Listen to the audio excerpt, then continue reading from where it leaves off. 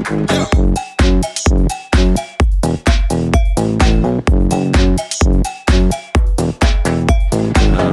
I'm super excited to have you on the show today for a number of different reasons. But first and foremost, welcome. How are you? Thank you. I'm great. Thanks for having me. I love the WIM community. I love the WIM podcast. So this is such a treat being here. Yay. It's long overdue. I know, really. Long time I've wanted coming. you on, so I'm so glad that you are on. We're like from one part of Brooklyn to the other in like normal times. I feel like I would have like looked at you across a table, done this in person. But like nonetheless, it's great to see your beautiful face. And we show the podcast now on YouTube so people can see you. Yes. Which is hello, awesome. everyone. Hello. So I am so excited to like dive into a little bit about your work, your professional history, and like really exciting, cool stuff that you've done in influencer marketing, learned from influencer marketing, and you're currently at Squarespace, which is doing really interesting stuff. So before we dive into a lot of those topics I just teased, I'd love to just hear a little bit about like your professional journey. So I'd love to hear that from you. Yeah, for sure. So I have been in the influencer marketing industry for about 6 years now, and I kind of fell into it right after college, as I feel like so many people in this industry do, especially those of us who have been in it for 5+ years. I feel like a lot of us just kind of fell into it. It wasn't really something we could study in school or really set out to be. So I actually joined kind of this space through community management. So my first role was at Her Campus Media, which kind of operates like a full service marketing agency targeting Gen Z and millennial women. So Her Campus, at the time offered all sorts of different marketing activations, social, digital campaigns, experiential and events. And one of those other arms was influencer marketing. So when I joined, I actually joined as a community manager of their network of influencers that they worked with, which is called the Influence Her Collective. So my job originally started off as, curating this community of young women who wanted to become content creators and giving them, a community where they could chat with each other, learn from each other, benefit from different resources that we offered them, so on and so forth. And that community, the Influence Her Collective, is the talent pool that Her Campus at the time tapped into for any influencer marketing campaign requests they got from clients. So throughout my 3.5 years there, I kind of moved from this community side over to the marketing side and got really involved with, the end-to-end campaign process. I would help our clients, pick the right influencers to work with, do that sort of outreach, being the quote unquote middleman between the client and the influencer, making sure that both of them had a great experience. So that really gave me a very broad and a very good experience in influencer marketing just right off the bat. Being in that agency setting really helped, just learning, how different clients and different brands approach their influencer programs. So working with clients in all different verticals, with all different budgets, with different goals. And of course, just working with a really great group of creators that were kind of college age, just up and coming emerging influencers. So that's kind of where I got my start. And after 3.5 years, I had built that program from a 1-woman department to a 4-woman department, and felt really good about the experience I had under my belt, but really wanted to take that in-house. So that is what led me to Away in the fall of 2019. I loved the Away brand and still do, and was really interested in the travel space. And so I really wanted to take that experience that I had and invest it in one company and one brand that I was really excited about. So I was happy to join the team then, and it was a little bit of a different setup. Away had pretty established influencer marketing initiatives in place. So I was working with, 5 or 6 other women in that space and doing that same sort of end-to-end influencer marketing process, but in-house this time. So that was kind of my first experience of working, not necessarily in the media space where everybody's working on, digital or social or something in the marketing realm, but to a brand that had, functions in all different areas. So I was able to meet people who were focused in product design or legal or, these different functions of the brand that I just had never been introduced before. So that was an awesome experience. Unfortunately, COVID hit the travel industry pretty hard. So when I was furloughed from my role at Away, I looked for, my next move, which ended up being an influencer marketing manager at Regs USA. And that was a really cool experience as well, because Regs USA previously hadn't done any brand marketing, including influencer marketing. And I was the second person hired just after my boss to work on brand marketing. So I had this really fun opportunity to develop an influencer marketing strategy from scratch, which was just such a unique challenge and really fun to do for a home brand, especially during COVID when home brands are really successful and it's what people are really excited about. So was there for about a year, and I built up a program that included kind of micro influencer campaigns around tentpole events, some always on macro content, evergreen content, as well as kind of a smaller scale brand ambassador program. And then I got the opportunity that I'm at today with Squarespace, which has been just such a great experience for me. I joined the team in September as a team lead of their brand ambassador program. So Squarespace works with influencers in a few different ways on a few different teams, but my team sits under brand marketing and under partnerships.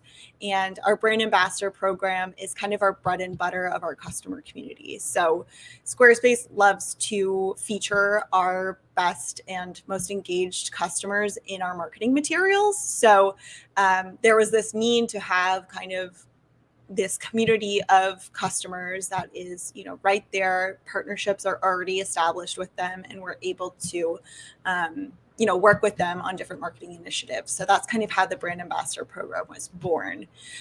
So I was brought on to kind of help that all the way through, from customer identifications to trend analyses, contract negotiations, all the way through final wrap up. And that has been a huge, a fun role to take on and just kind of get my hands into what they've already established and really scale it and grow it to the best that it can be. So yes, long-winded answer, but that's my background spiel. Really having gotten the experience of working with influencers across kind of all levels of following, different industries and verticals, US versus international, in both agency and in-house. I mean, I am so intrigued by like your journey in particular, because I love that you've had agency, in-house, like micro to macro, like good for you for getting all of that experience. It wasn't intentional. Obviously, I think my move from agency to in-house was, but I, again, feel really lucky to have gotten that kind of agency setting experience right off the bat. And it's something that I'd recommend if someone's interested in the industry and just like doesn't really know where to start. Because that gives you a lot of different experiences in one role. And, I didn't expect to kind of go from one to another brand so quickly. I really was hoping to invest my time, at the time in Away and at Regs USA, but these opportunities just came up. And of course, COVID kind of threw a wrench in things at times. So, it worked out the way it worked out, where I was able to kind of dip my toes in different areas and learn what I like and learn what I dislike. And now I'm at the point where I'm really, really happy where I've landed, and definitely want to spend some time investing in, this brand in this space, and tech is really interesting to me as well. So I'm glad it worked out that way. And I've obviously learned so much, along the way. So I believe that things totally happen for a reason. Like some people think I'm super woo-woo by saying that, but like I think it's super dope that you're at Squarespace. I think it's so cool that like you're in the tech. I love like all things tech. So sort of like finding that interesting collaborations between like tech influencers and perhaps non-tech influencers who just use tech. I can imagine you guys are doing really interesting stuff. So I would love to ask you, Megan, like, what are you guys focused on in this coming year, 2022, as it relates to influencer marketing? Yes, great question. For my team personally and for our brand ambassador program, I think 2022 is going to be a really exciting year. The roots of this program were kind of dug out and put in a couple years ago. So I think this year we're really going to hit our groove. One of our main goals is scaling. So I think we're going to hit our groove in terms of getting the amount of brand ambassadors and the volume of content and the amount of brand awareness that we really want in it from our program. Working with some amazing customers in different spaces. I know you mentioned before that in the tech space you can work with tech influencers, but there are also so many other influencers that qualify because they're using this tech day to day. So that's one of the really cool things about working with our customer base is that it includes anyone from a photographer to a fashion designer to a small business owner, whether that's in the culinary, wellness, or design space. It's really anybody and everybody can use Squarespace. So it gives us just such free reign over who we're working with. So we're really excited to expand internationally. So we have a few key markets in mind overseas that we're going to be really developing a little bit further in. So excited for that as well. That's pretty cool. And I'm sure I can only imagine that along the way you'll find like different nuances in terms of influencers and how they sort of like interact and work with brands in different markets and different parts of the world. Have you already sort of experienced that at all as you in your current work? Yeah, so I had a little bit of experience with that at Away and working with some partners in Australia and the UK and just noting differences from market to market. Like, for example, we had one really, best-selling suitcase in the US and it totally differed for the case in the Netherlands, or, like just little details like that were really interesting and kind of helped inform our strategy. Other things to consider were, even just little nitty gritty details like time zones and time and date formats, or we always considered like those big bank holidays in the UK and Australia. Those are big moments there, which we wouldn't even consider maybe here in the US, but are great to kind of weave into our strategy and really leverage if that's an opportunity, or avoid if we need to. But it's been fun kind of learning all these different nuances between markets. And I'm really thankful here at Squarespace we have an awesome an awesome international team and go-to-market team. So we have some international market leads on the ground in some locations. So they're really helpful in contributing to kind of those little, again, nuances. I can't think of a better word, but those differences that you would only really know if you were there and you grew up in that culture. So it's fun to learn those different things. That's pretty cool. I don't know, a couple things that I heard you say. I mean, one of them is how valuable any brand could get feedback from influencers and working with them in different markets. I mean, and it's really like boots on the ground, like, from a consumer perspective. And I don't know if there's any opportunities to like share that back with like the product team, or just like, I can just imagine like holistically that type of information could be really interesting and beneficial, those insights taken. But I love that you guys have actual like people from Squarespace in those different regions, because it's like any business opportunity that you're working with, a variety of different people, and to be able to really truly speak to those people, I can only imagine that it's really beneficial to have somebody from the company who like lives and breathes it and just like understands that and can hopefully guide your internal teams to be able to prep, to Absolutely. be able to like, yeah, that's really interesting. What a cool, interesting thing that Squarespace has the ability to enact. So that's also cool. very Yeah. helpful logistically with time zones. So we're not, communicating with influencers who are, 12 hours behind or ahead of us and having to email and wanting to get back to them in a timely manner. So it also helps with those little details too.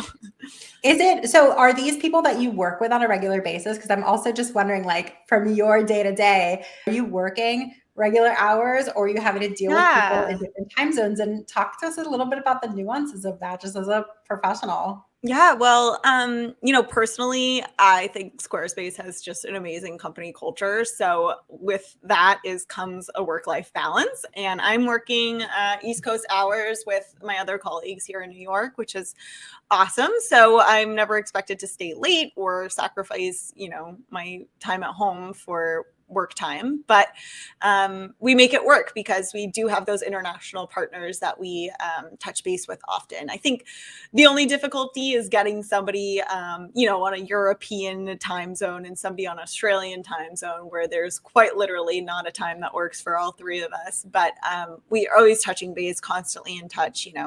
We have, a number of different communication methods. We're on Slack, we're on email, we're always doing, video calls. So it's great to be in touch with those people for sure. That's so cool. And I'd love to hear a little bit more, like feel free to brag on Squarespace. I think like when you're telling me they have a great like company culture, I think that a lot of companies are striving to figure out how to cultivate that for their teams, given that everyone's working from home and just like work looks so different nowadays. Yeah. So just like as an employee, like what really stands out to you about it? Like what have they been able to do really well? Yeah, and I can only speak to the experience of having joined, during remote working time. So I joined in September, so I'm excited to see what it's like being back in the office, and I have had a chance to visit our New York headquarters, which is great. But yeah, from the moment I even started, interviewing for the position I had a really great experience. I felt that anyone I talked to from Squarespace during the interview process was really thorough, really thoughtful. I always got follow-ups. I always, they made it clear that they were open to any questions. They were always there for support throughout the process. And then when I joined, that just, increased doubly. Everybody that I've worked with and everybody that I've met is not only so smart and savvy and skilled in their field of expertise, but they're also just so incredibly kind and open. Joining any new company is always a little bit nerve-wracking for, to be a new employee, but my colleagues at Squarespace definitely made that an easy transition, and just everybody's been so open to answering any questions or offering their support here or there. So that really makes a big difference. And yeah, we've got a great employee engagement team. So they also offer some great benefits and different perks of the job as well. So that helps sweeten the deal, and it definitely just reinforces the feeling that, our company cares about us as employees. So yeah, it's been a great experience so far. That's really good to know. I heard a lot of interesting things in that. And again, like we have people who lead companies or who are starting companies or who are just like a, manager of people, and like just sharing this information. I feel like it's incredibly valuable, especially as we all learn together, like what this new work life can look like. Yeah. It's so important to just like, have a work-life balance and just like keep it a really positive, healthy, great working environment. So any tips and tricks and anything that like you've just experienced, I think it's so helpful to share. So I really appreciate that. I'd love to dive a little bit more into like specifically about the social content that you guys have created and are creating. How do you guys just, especially like in the tech space, like I don't know, I've wanted to have you on the podcast for a while. I think I love the company Away. I think it's so cool. So I would have had you on back then. I'd also just think you're awesome, and I want to hear your thoughts. I love though the idea of working at a company like Squarespace with influencers, because there's just so many different avenues that you can go down. I feel like I can imagine that you don't feel so pigeonholed or like everything is so mundane at all, because I can imagine you're working on so many different types of creatives and campaigns with different types of influencers, and that intrigues me. So with the I don't know, I'm going to make up a word, the broadness, the broad scope of influencer work that you can do, how do you guys decide which social platforms to create content on? Yeah, I mean, that's a great question. I think that's something that's obviously been relevant to, I mean, anyone in the industry and, going kind of brand to brand or role to role, that always varies. So, in general, I think there are different platforms for different purposes. And, in some roles that I've had, brands have been really focused on creating content on a specific platform, and others have been a little bit more broad about it. So, yeah, I personally think it's best to try to onboard creators that cover a diversity of platforms. I am always really impressed when a creator is actually active on multiple, or you could also kind of fill those gaps with influencers that are really dedicated to one and somebody else that's really dedicated to another. Instagram has been, a through line throughout all the experiences that I've had, and has always been a solid options where creators can illustrate something and that they want to and emphasize it in the caption and just continue that storytelling across time. So that's always been, again, a through line, or, the number one universal standard that we use in influencer marketing. YouTube is a space that I've kind of dabbled in and definitely want to explore further. I think that's great for long form storytelling. And there are communities on YouTube that are just so engaged and so dedicated. I think of myself as a viewer and who I subscribe to or have followed in the past, and just how excited I am when a new video comes out, or, really watching that video from start to end. So I think that's something that I would want to tap into as a marketer. And then, obviously can't not talk about TikTok and Instagram Reels, but I think that has been such a great opportunity for more like snappy, digestible content. I think that's just something that we as consumers really love to watch and consume. So we're definitely exploring that space as well. And, I think it's any platform that kind of emerges is worth looking into a little bit. And now that TikTok has kind of proven that it's here to stay, it's just rife with opportunity.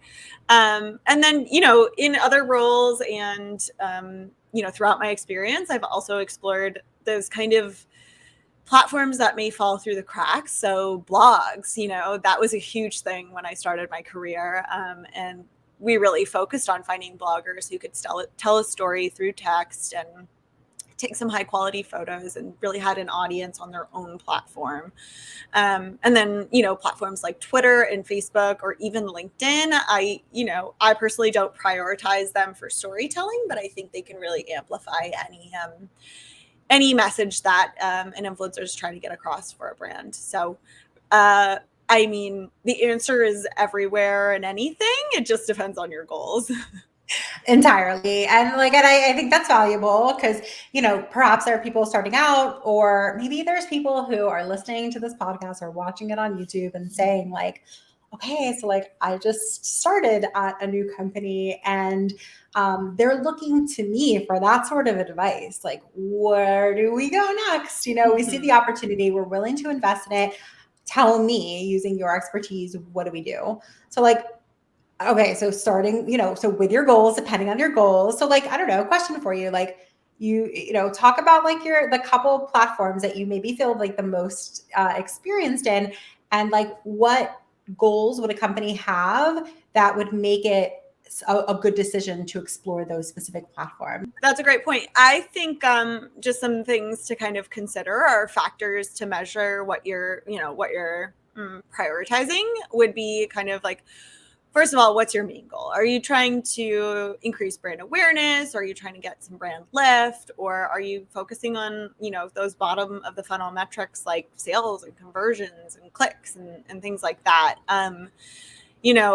When you're talking about brand awareness, you might be looking at some metrics like impressions or reach or engagements. And there are some platforms that just generally get more of those. So, and of course, this, everything has the asterisk of it depends, and it depends on the creator. But, for example, TikTok at the moment, if you find a solid creator on TikTok, they're going to really bring in those views. And TikTok famously, will have a really high engagement rate compared to something like Instagram. So if you're really looking to connect with people and, get their attention on you, get those eyeballs on some content and having them engage with it, TikTok might be a good place to go. If if you're really looking to drive clicks and conversions, you want to look somewhere where it's really easy to drop a link and really easy to push that link to your audience. So maybe that's a blog with, that has a good amount of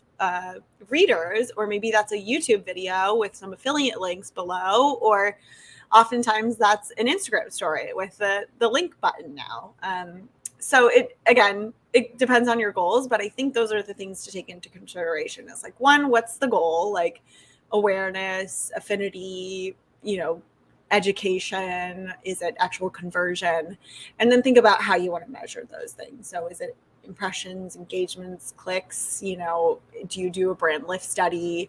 And that will kind of help guide you in that direction of which platform to choose to activate on. So I love that and I appreciate that. I also want to use this as an opportunity to pick your brain based on all this experience to say, like, what tools are you using to create awesome work on? And like, this could be newsletters that you subscribe to just like stay up to date on trends, or this could be like tactical like tools that you use to find influencers, promote, like keep yourself organized, take it wherever you want. But I want to know if you could share like really good tools that you guys are using or you personally are using. No, that's fun. And I always love hearing what other people use. So shameless plug for the WIM group. That has been just such a solid resource for me, just being in this niche industry and having these very specific questions or very specific needs, referring to a group of women who are also in this industry has been extremely helpful. So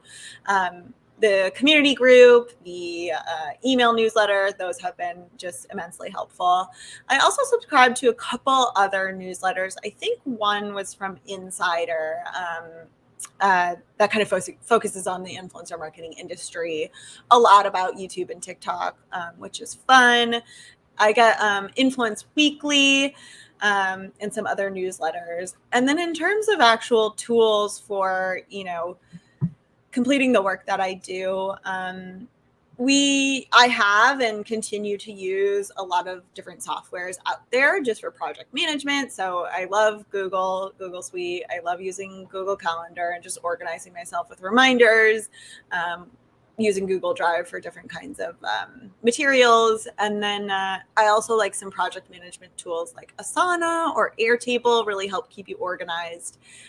Slack, big fan of Slack. So those really help me kind of stay organized, stay on top of things, see where I am in different processes with different relationships. And then have been exploring influencer marketing platforms pretty much since I entered, the space. So when I was at her campus, we were looking for a way to manage that community of about 4,000 influencers at the time. So we did a lot of demoing with various different brands and actually ended up building our own kind of in-house platform, which was a really cool experience in and of itself. And then I've also, been familiar with using some other platforms like Creator IQ, Maverick, and Grin, which can make that management so much easier, especially if you're working with a good amount of influencers and, just being able to keep their deliverables straight, being able to keep dates straight. If you have multiple people on your team owning those relationships, being able to keep that kind of in order has been so helpful. And I know a lot of people use those platforms for sourcing, which is awesome too. I like to say I like to source the old-fashioned way and utilizing social platforms and just going on like a black hole in Instagram for like a couple hours. So that's kind of my preferred method, but some influencer marketing platforms can be super helpful with that as well. For sure. There's so many out there too. I know it's like a big question that we get asked in the community very often, where it's like, what are you guys using? Like what, like I have a tool that's like 75% of the way there and does most of what I need, but is there anything else better out there? It's a difficult question. And there's so many choices too. So I feel like it can feel overwhelming to people. Like we've been doing a couple times a year this like best influencer tech events, and trying to do like more demos of that. My philosophy on that, like there's not a one size fits all. That's why there are so many companies. And so like people will say to me, they're like, what's your favorite one? And I'm like, it totally depends on what you need it for. Right. Don't you Absolutely. agree? I don't know. There's a lot of options. It's worth looking into. Price, of course, is a giant component. If you're at a huge company, obviously they have a much larger budget than if you're at a smaller startup. And definitely, of course, you need to keep that in mind because all of this is about creating ROI and measuring every bit of that adds up. But yeah, like your tried and true Google Suite for sure. Are you a big calendar person? Like, are you Oh, color absolutely. coding? Oh, I can tell you absolutely. so much. You're like, I've got my reminders. I was like, oh, she color codes for sure. I love it. And like, what do you like? Are you a time blocking person? Do you know what that is? Yeah, I'm actually not so much, but yeah, I'm more of a reminders person of like this is what I've got to tick off because it's so satisfying to just check something off. But when I need to, I'll block time off. No, that's a really good point. Oh my gosh, I feel you on that, girl. Like just being able to like check something off a list or whatever. Like I talking about tools, I talk about Evernote a lot. I don't know if Yes, you I like was that. just thinking of that. Oh Sorry, go yeah. ahead. Okay. Yeah. You too. Amazing. Like-minded women. Yeah. I also have like way later in life, I was 34 years old when someone was like, I think you have ADD. You should really look into that. And I was like, what? And so I was like, oh my God, that describes me to a T. So if I didn't have a note-taking system to be able to like keep track of all the things that are bouncing through my brain, I wouldn't be able to get anything done. And then to your point, just being able to check it off is so satisfying. Absolutely. um, yeah, so I love that you mentioned that. I'd also love to hear, I just think it would be cool to discuss like what a successful campaign looks like to you. I always say, and I'm sure others have said this too, I'm sure I picked it up from somewhere, but I feel like influencer marketing is kind of this mix of art and science where there's a quality and quantity element to it. So you can have a really great piece of content that is super beautiful, but it could perform really dismally. Or you could have something that is posted by this mega influencer or celebrity that gets a million views, but it's not really telling your brand story, or if it's not really in line with what you wanted. I think the ideal is to get both checked off. So, there's a number of things that I would take into consideration to consider something successful. I think number one is that content quality and that storytelling. The reason we're working with creators is to get our brand message out, or in the cases that I've worked with influencers, it's usually tied back to marketing efforts. So that content quality is top of the list, and the storytelling and being able to get a message across is really impactful. I also look at, that ROI, just being able to kind of prove the value of influencers. So looking at reach, impressions, engagements, making sure that we're reaching the right audience. So checking out our influencers' audience demographics, usually from the start. But it feels really good to have an impact and be able to say, this reached this many people, or this many people engaged with that, and they're in our target, location or age group or what have you. And then I think something that other teams might leave out, but I think is really important, is just the influencer's satisfaction with working with us. I think it's important to consider something successful if you pulled off this great relationship, especially when you're working in a long-term relationship with a lot of deliverables, and being able to keep that kind of afloat and on good terms is really fun and really satisfying, and you can get some great connections and even friends out of it. So I think knowing that an ambassador that we worked with is really happy with their participation and with working with us is really nice to hear. And then the final thing I would say is this is kind of a plus, but our ability to help other teams across an organization. So in-house, this is one of my favorite things, is to kind of extend the life cycle of any relationship with an influencer beyond just, a piece of content on their social channel. It's, using that influencer and having them speak at an event if they're interested, or taking a piece of content that an influencer created and getting the rights to post it on our own channels, or as a paid ad, or in an email campaign, and just being able to take something static be able to kind of, like I said, extend that life cycle. So being able to help other teams across, whatever brand or organization I'm working with is also really satisfying, and feels like we achieved something beyond what we had even set out to do. I mean, I love that. So many things that you said. I appreciate you bringing up. People don't talk like it feels as if when things are falling short, when opportunities are missed, it's because they're not able to like extend the life of the content they worked so hard to create. They're not Right. maximizing the relationships with the influencers that they took so long to find. And then they have the ability at their fingertips in some instances to glean these really important insights on other parts of the machine, Right.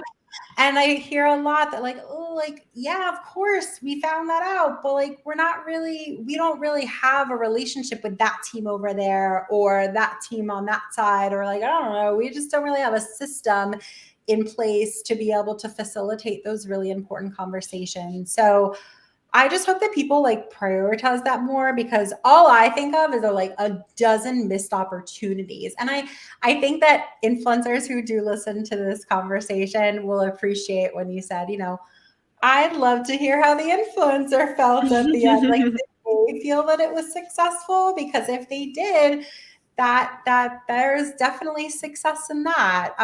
So I appreciate that you're looking at that perspective as well. I'd love to end this conversation today, and I'm so appreciative that you came on. You've shared so many cool things with our community.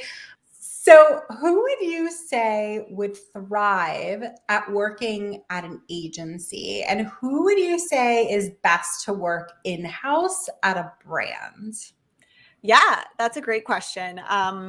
Of course, it all comes down to personal preference and maybe even working style, but I'm happy to have had the opportunity to do both. In my agency experience, I got a ton of great experience, working across different brands with different budgets and goals and even verticals, working with some people or some brands in the tech or the finance space and others in the beauty and fashion space. So it's a great way to kind of test everything out. And it's something I would tend to recommend earlier in your career if you can do it. Of course, that unbiased, that's what I ended up doing. So I can't speak to a different experience. But I think an agency role is great if you like working with multiple brands, keeping things interesting.